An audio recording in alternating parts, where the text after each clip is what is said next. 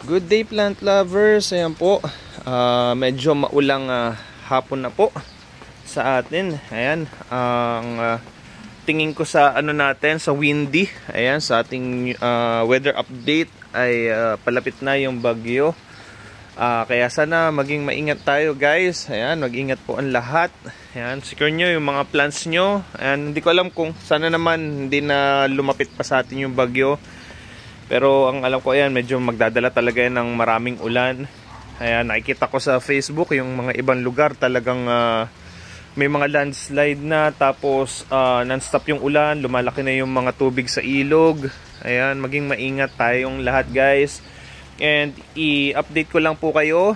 Ayan po, para sa shipment natin 16, 17, and 18 yung naging shipment natin ng plants. Bali today po ay pinapa-packaging na namin yung last batch po. Ayan, yung para bukas po na ipapa-ship nating plants. 16 nakapagpadala na tayo. 17 ngayon, today po nakapagpadala rin tayo.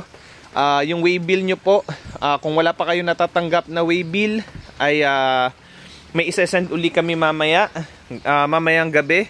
Tapos kung wala pa rin kayong natanggap ngayong gabi, ang ibig sabihin po nun ay ang plants nyo po ay yung sa last shipment po na pasama. Ayan po, kaya po tayo naglalagay po ng ilang araw sa pag ship po natin ng plants kasi hindi po natin talaga kaya na i-packaging at mapaship po ng same day lang po. Ayan, yun lang po, pagka hindi po kayo nakaka-receive ng mga message po sa amin, ayan, hindi pa o ganun nakakapag-bukas ng page po. Ayan, yung mga nagtatanong po about sa shipment natin ng plants. Ayan po, iyon ang isang reason bakit hindi kami nakaka-reply po palagi.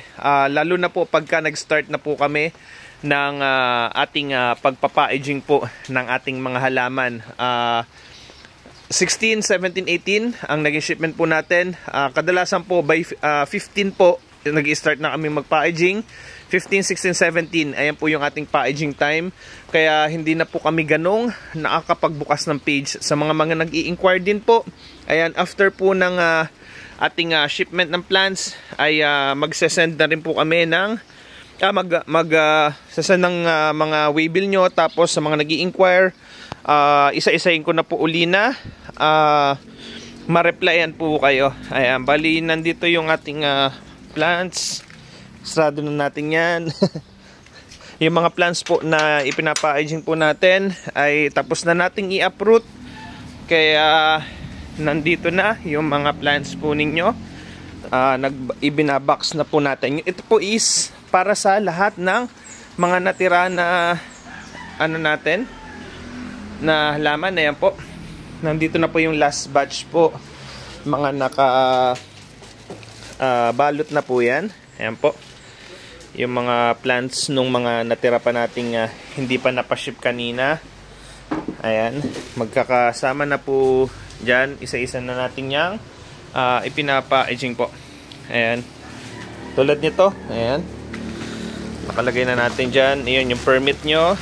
Ayan, dyan po yan. Ayan po, nandyan na po yung plants po ninyo.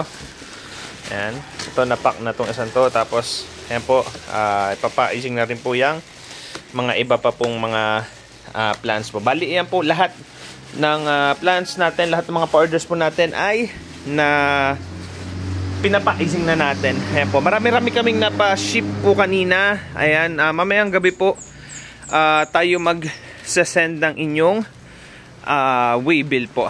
Ayan lang po ang update po natin. And yun po, ulitin ko lang, maging maingat po tayo guys, lalo na po panahon na naman ng tagbagyo. Ayan, kaya lagi tayong maging maingat po. Yun lang po ang update po natin for today po. Ayan, maraming salamat po.